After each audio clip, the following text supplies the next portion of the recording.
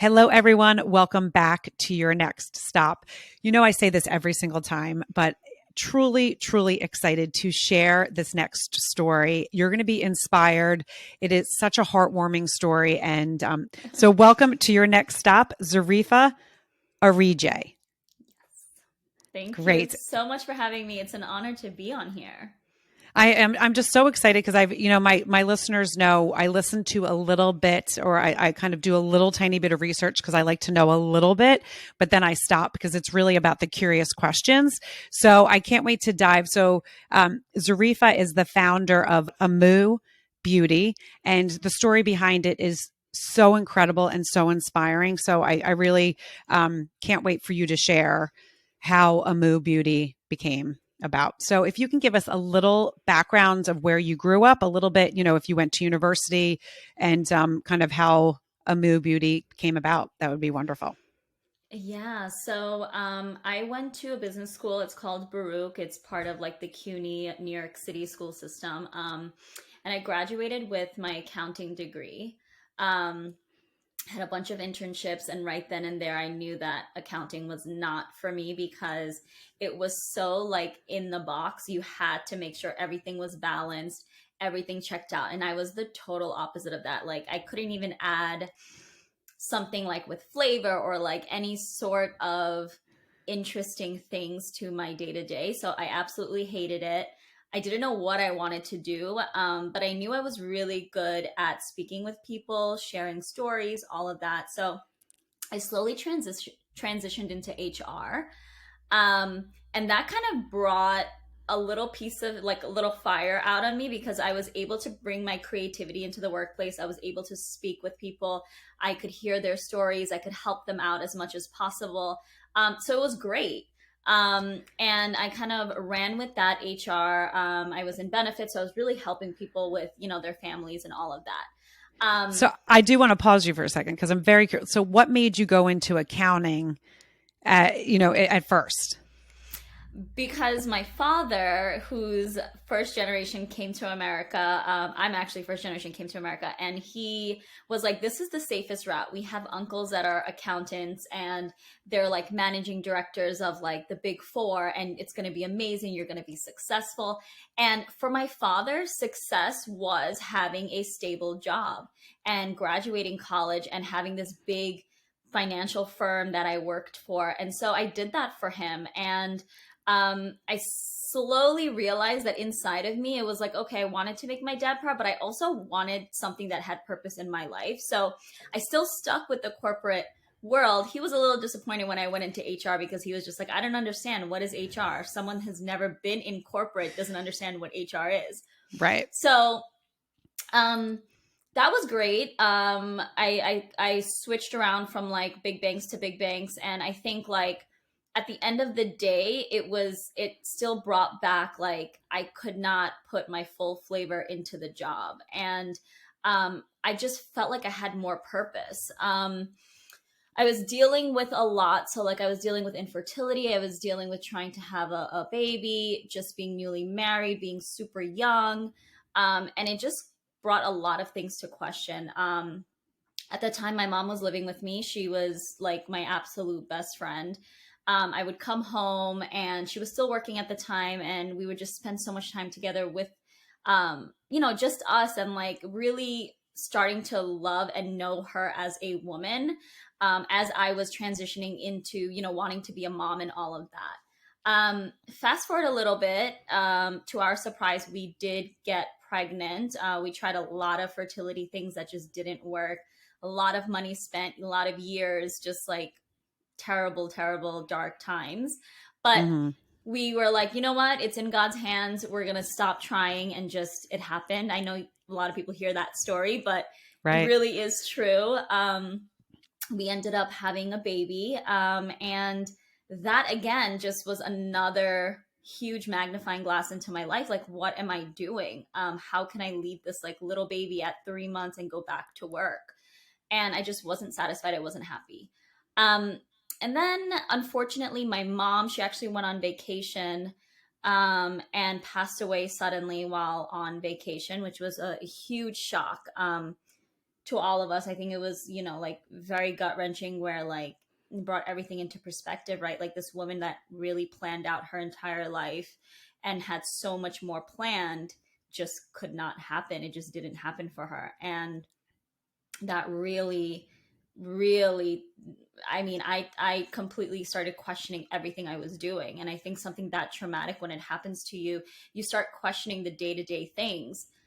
And then I what was crazy is we had the first baby, and then I ended up getting pregnant again while I was 3 months postpartum. So here I am Oh, with two kids under the age of one, basically. And unfortunately, that's when my mom passed. I had a 3 month at home, I had a 1 year at home, and I really just, I could not even fathom going back to work. So I gave my notice and I said, you know what, like life is too short. Even if we have to cut our expenses and I have to stay home with my kids, that's just something I have to do. right. Um, And I'm going to pause you again. So, thank you for sharing that, because I can't even fathom what that loss is as you're becoming a new mother, because, right. and trying to raise your family. Because, and, a lot of my listeners are moms, and it is when you're close with your mom and you're, it's such a crazy time. Also, when you're first having your kids, I mean, people always think, Yeah. I knew I always wanted to be a mom. I babysat. It was like, this is what I was meant to do for my life. This is what I Right. know I want. And I even remember after my first being like, holy crap, this is a lot different than babysitting, Yeah. which I knew it was going to be, but just how we change as women is kind of, it's crazy. I mean, it's remarkable in a sense, because it's like, wow, I have this little person to take care of and really form, and I want to be the best mom that I can, but you're feeling so out of your comfort zone. I always share Mhm. that I am a very confident person. I was pretty much very confident my whole life. And I think the first time that I was really insecure was when I had a brand new newborn, because Mm. everything I did wasn't right for this baby. And I just Mhm. remember being like, I thought this was going to be like, I know kids. I've been around kids my entire Mhm. life. Why doesn't this child, what is going on? And it really was a moment, as you said, that you really question everything. So the fact that you're going through this and then you lose your mom, who you're extremely close with, that just had to be, I mean, just so tragic. So, I appreciate you sharing that, because I know it's still, I mean, it was right before COVID, if I'm Yeah. not, It's like before COVID even was COVID. And like I think in March, so she passed away in February. It was in March that borders were being shut, travel was being closed off. And so we had no idea. And she's in this like third world country. Um, so yeah, it was just, when I think back at that, and it's really sad to say, but I don't even remember like raising my son, because I was in such a traumatic time in my life. I've never had anyone pass away that was that close to me, right? And I guess a part of me is very lucky, because it took me 30 years to experience this traumatic loss. But it also like, I'm so grateful that like my mom did leave in such a like great happy life. Like she really did enjoy her time to the fullest given her circumstances.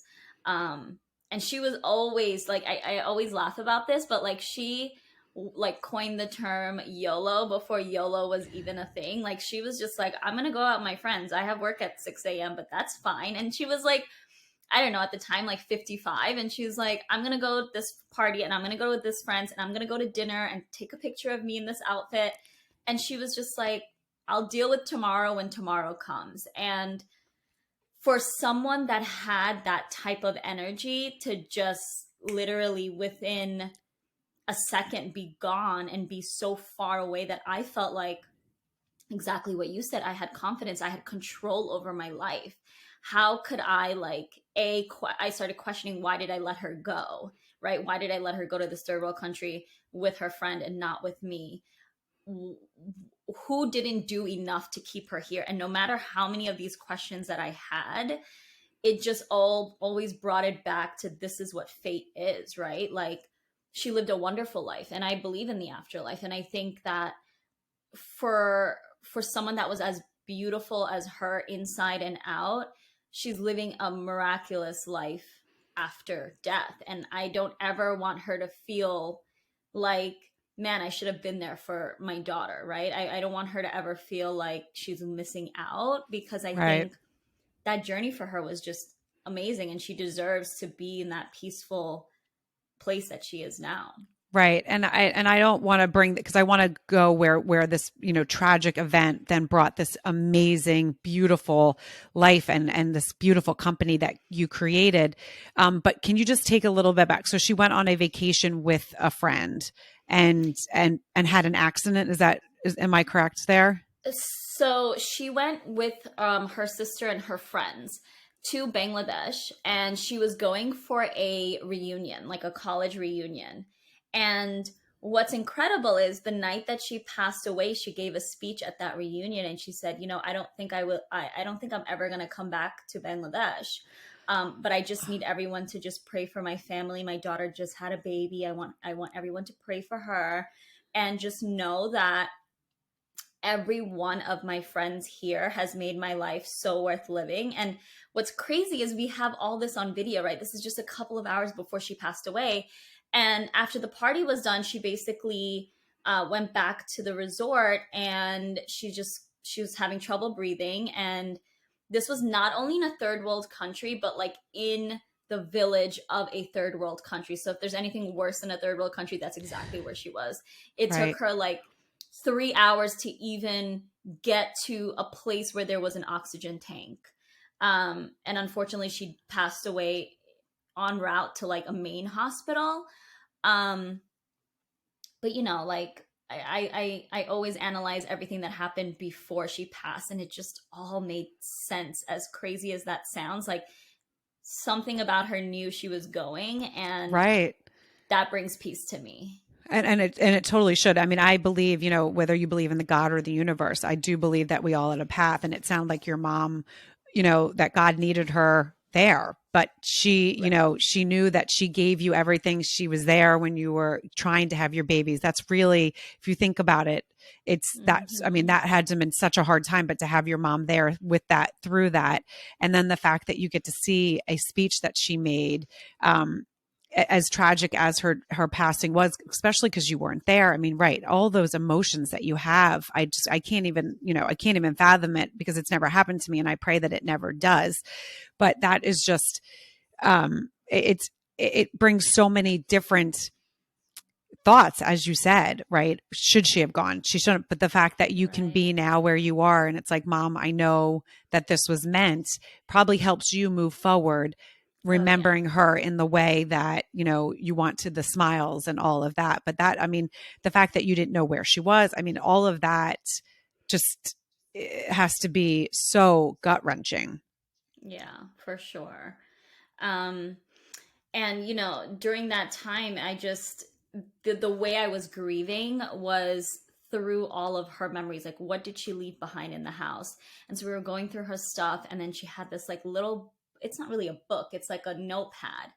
And I remember growing up, she would always take care of herself. She would take care of her skin. She would make these like concoctions. She would like mash up bananas and lemon and papaya and yogurt and just smother it on her face. Or she would use ashwagandha and sandalwood, and I would smell all of these smells literally every weekend since the beginning of time, since I could just remember. And I would come downstairs, and I would see like she would have a face full of whatever it was on her, and she would save like a little bit for me. And at the time I was just like, ew, Mom, like I don't want to put this on, like, oh, I'm gonna smell, like I don't want to do this. But she would always insist. She was like, trust me, you're gonna want to be preventative instead of reactive to whatever is happening. So to make her happy, I always put it on my face. Right. And so I found this book with all of her recipes, right? So it was like, oh, if your skin is peeling after the sun, put this and this and this. Okay, if you're having a breakout and it's because of hormones, put this, put this, put this. If you're breaking out because you put something that you weren't supposed to put on your face, do this and do that. And so just to bring her energy back, I thought, okay, let me just make some of these. And when I tell you, like, I just felt like she was reborn and I was just making it in my home just for myself. It brought so much peace to my life that like I felt like she was right there with me. I never even felt like she was gone. And the biggest like stride that I took during grieving her was this. And I basically brought her soul some way, somehow back onto earth. That's Um, amazing. And I can feel like I have literally the chills. Like it's such an incredible story. I have a very good friend that lost her mom and is grieving, terribly. And I said to her today, we had a workout this morning and I said, I have an interview today and I think it's something that you're going to need to listen to because it is exactly what you're going through. And I shouldn't say exactly because everyone's experience is different, but it mhm, is, similar to what you're going through. And she right now is trying to create that. Like, how can I create mm, something to remember my mom? And she has gone through her stuff and found things, and she actually is creating something. Um, mm. it's not in the beauty line, but it is something that her and her mom always did since she was little. Incredible. And so I think that's such a beautiful way. And then that your mom is up there, just jumping up and down. I don't know your mom, but I could Hmm. just see, like, as you Yep. described her, jumping up and down and going, yes, this is exactly what Hmm. I've been, have been doing. And this is what I've been wanting you to do. And it's such a beautiful Hmm. tribute and, to your mother. So I absolutely love, I mean, I literally was like ready to cry, ready to laugh because it's such a beautiful story. It truly is a beautiful story. So you started making these at home.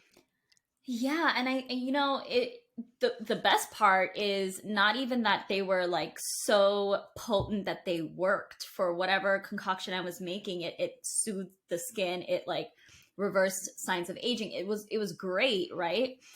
The main thing I wanted to do was bring the self-care back into this Western world and taking the time for yourself back into the Western world, because my fondest memories of my mom was that she always took care of herself. In my culture, as women, as mothers, as wives, we have to take care of the kids, the house, your husband, and then maybe if you have time, with that little time, you still take care of your family. Like you don't even put it to yourself. But Right. some way, somehow, my mom always found a way to take care of herself, but still have everything down packed with the family. And I grew up seeing my mom take care of herself, but also I was always fed, my house was always clean, and my dad was always happy, right? So these to see that she was able to do that and still take time for herself, I wanted women in this world, in this Western world, to also feel that as a new mom, I had terrible mom's guilt.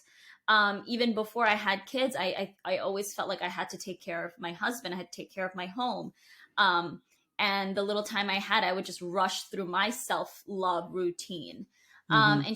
And that's kind of what really drove for the company to come alive. It was more so taking the time for yourself, because what we have, our products, it's not like you squeeze it out of a tube, you splash it on your face, you multitask and you do all of these things. It's okay, let's pour the powder out, let's add a little bit of water, maybe you want to add some yogurt, let's mix it up, let's make this luxurious mud like paste and let's put it on our face, and then we're going to wait 15 minutes, and right after we wash it off, we're going to see that, wow, okay, this 15 minutes not only brought brighter, more beautiful, youthful skin, I also took 15 minutes to reflect on my day, reflect on my week, reflect on whatever it is I need to reflect on.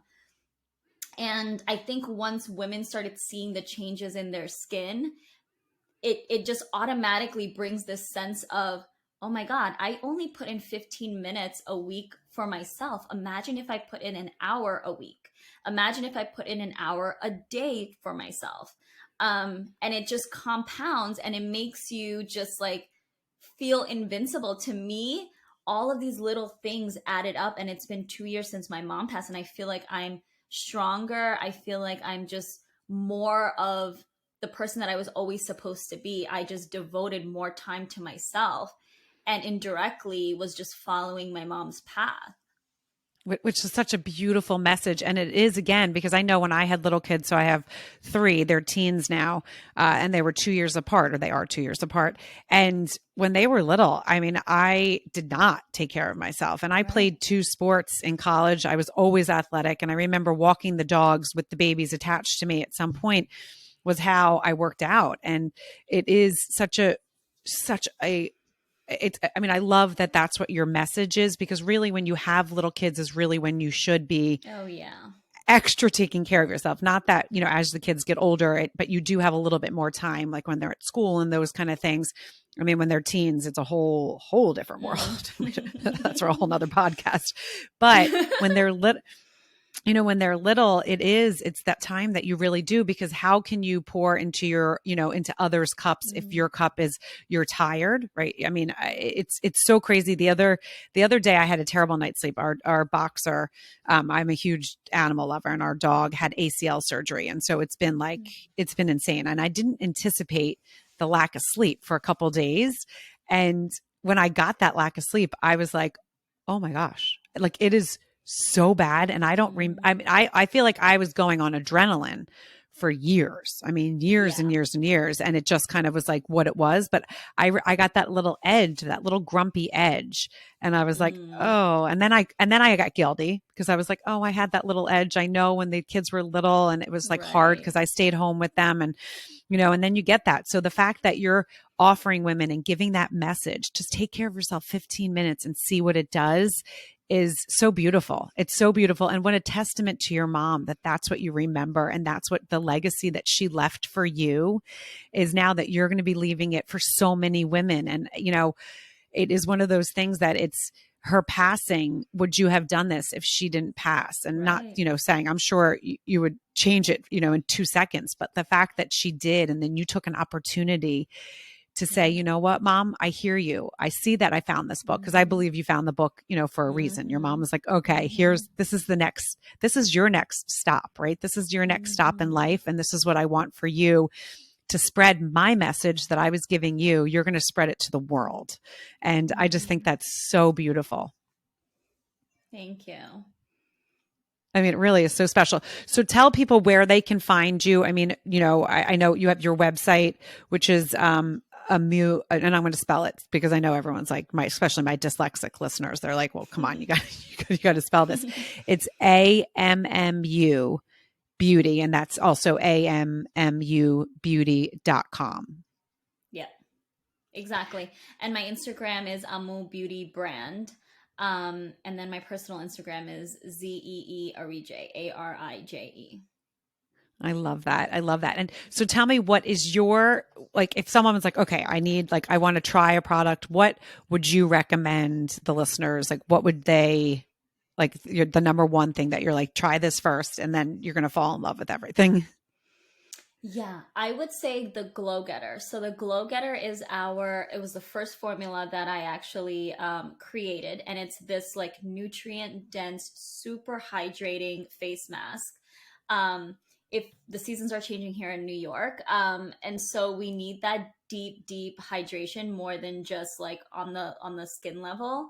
And that will completely transform your skin. So it's not only going to brighten your skin, it's going to deeply moisturize it. It's going to start your collagen production. So it's going to be great. So I think the first product that you should, or anyone should start with, is the Glow Getter for sure. Okay, perfect. And so my next question, since I do have teenagers, so I have two boys and a girl.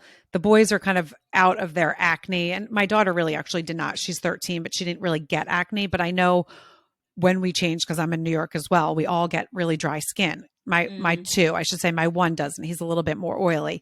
Is this something that you also recommend for teenagers? Like, is this someone everyone can use? And does it matter if you have combination skin? Can you give us a little bit of information there? Yeah, so this is incredible for teenagers especially. On the market now, there's so many products that are disrupting to our hormones, especially being a teenager and going through these changes, hormonal changes. You want to use products that are not going to interfere with what your body is naturally doing. And so these products We have three different masks, and my favorite thing to do is mix all three masks together because it brings you whatever your skin actually needs. Your skin is a lot smarter than a lot of people think, and they start to gravitate towards things that they need. So in order for us to create like the perfect mask, it's called the trifecta, and it's all three of them put together. You said one of your son's skin is oily, so a lot of the time in the Western world we want to strip that oil out, but that in turn just leaves your skin even more oily because your skin thinks, oh, there's not enough oil because it just keeps running out. So I'm going to make more and more and more oil. Our products basically bring your skin back to the basics and is like, okay, I have oily skin. Let me put this mask on. It's going to make my skin believe there's enough oil. And in the long term, there won't be extra sebum or extra oil. So I think our products is more like geared towards what does your skin need? And your skin is going to pull exactly what it needs from our products to give it that balanced, beautiful, bright young skin.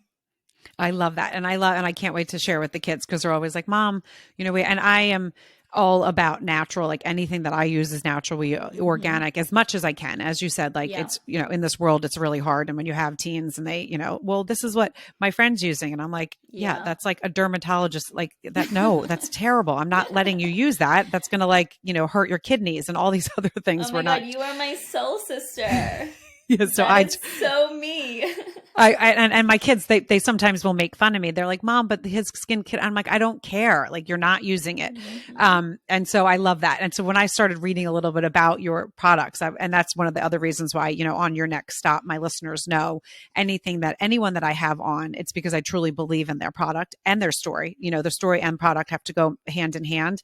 I love a story that connects people because people are going to listen to this and they're going to want to try your products. But the reason they're going to want to try it at first is because of your story. And that's what's so beautiful. And then they're going to hear how they're natural, they're, and everything you just said, which is like completely who I am. They're going to say, oh, wait, well, now I really need to go try these, right? And now I want to share this and share that. So I love that this all came about. So can you give a little bit, because I know, there's people out there that have ideas, right? They have ideas, but they don't know where to start. They don't have the inspiration. They don't have the motivation. They have the fear. They have the nerves. When you found your mother's notebook and said, this is what I'm going to do, what kind of path did you have to take? Did you just start mixing in your house? Like, who did you have to go talk to now that you have, a company? You had to find packaging, I'm sure, and do all of that. Can you tell? I didn't know that's a very long story. And I was going to tell you this after, we got off camera, but I would love to have you on the live show because we have an hour and we can really talk about different, really dive into more of this. But if you can just kind of give us a top line, like, okay, you had the idea and you're like, okay, this is what I did and this is what I would recommend. Yeah, so that's a really good question. So, at first we started making them in our house, and I was actually just making it for myself. And then I was, sharing it with my friends because that's what my mom did. My mom would make these concoctions and share it with all of her friends. And all of my friends were like, I don't know what this is, but within 2 days, whatever problem I had is done. You need to put this out in the world. And to me, I was like, okay, I'm so good in this corporate life. Everything is like, if you need A, go to B. If you need B, you go to C. I don't know how to start a business. So I had to start from scratch. We had to, oh my God, it took like months of just research on like, what certifications do I need? How is the FDA going to approve this? These are things that were, normal in the Eastern world, but absolutely not normal in the Western world.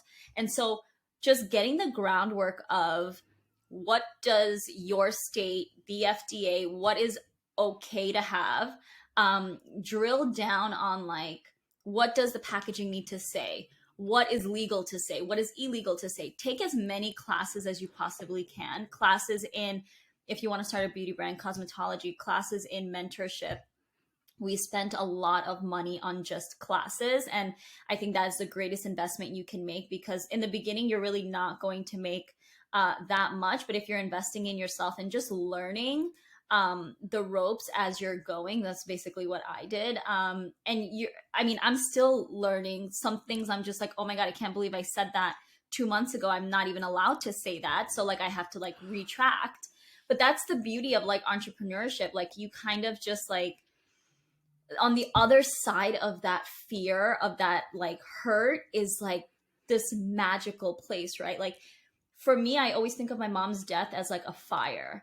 And the more I ran towards that fire, and it hurt, but on the other side of that, so much magic was created that I can't even begin to tell you that, like, oh, because you were scared, I was 1 foot in, 1 foot out. Like just jump for it. If you mess up, you're an entrepreneur, you're your own boss, you're not going to fire yourself, you just keep going. And yeah, look at just do a lot of research. That's all I can say. And things will fall into place. You'll take these classes, they'll tell you, okay, the next step is to get someone to do your packaging and design something. The next step is to, how do you get into retail? That's what we're trying to do now. We're direct to consumer, because I just felt like, I had more control over my brand. But maybe that's something you don't want to do. Maybe you want to go into retail, into wholesale. And what's really incredible is the closer you get to what you want to do, the more doors that will kind of creak open for you. And then you go to the next level, and you go to the next level, and it's a beautiful thing. I love that. And the reason why I have like the silliest smile on my face, I have like this giant smile, is because it's everything that I preach about in this podcast. It's everything that I share. I literally say that all the time. When you find your path and what you're meant to do, the doors just keep opening. They just keep going. And if you just keep pushing forward and don't let fear, you're going to keep going. And I always say, sometimes, you'll turn left and it's going to be like, nope, that door is going to shut, but don't stop. So turn right instead, or go straight. Try all of it, because what happens was when you try all of it, something gorgeous is going to come about. And so I just have to say, thank you so much for, joining Your Next Stop and sharing your story. It is a absolute beautiful one. And I am just excited to share with so many people, because I can't wait for everyone to try your amazing products. Thank you so much, Juliet. It was such an honor. I mean, when we first booked, I was like, oh my God, no way. So it's just a dream for me to be here. So I appreciate exactly like what you're doing, what you're preaching, all of the guests you've had. It's just been incredible. And I'm so honored to be here. Thank you so much. Thank you so much. So you guys, and you also heard that we're going to have Zareefa on the live show, and we'll let you know when that happens. I'm going to talk to her offset so we can find out when that is going to be, but it will probably be, whether it's going to be in the new year. It's going to be exciting, because we're going to dive even into the deeper kind of process of this. So any of you that are out there that are listening, that are like, you know what, I want to start something. I want to do a beauty brand. I have all these ideas. She's going to kind of take you through it and really, and give you some, and we'll be able to have audience interaction, all this amazing stuff. So you guys know what to do. Like, share, rate, and review. And what do I say every single time? You might have listened to this and been like, that's great, I'm inspired, but you don't know who needs to hear this. Your neighbor, your mom, your sister, your aunt, your uncle, someone out there needs this inspiration. They need to hear this story. Maybe they lost someone close to them and they're kind of flailing and don't know what to do. Maybe they have something that they want to start. Maybe they're stuck in life and this is the exact story. So please share with as many people as you can. And we will see you this week with another episode of Your Next Stop. All right. That was awesome. Oh my gosh. Okay.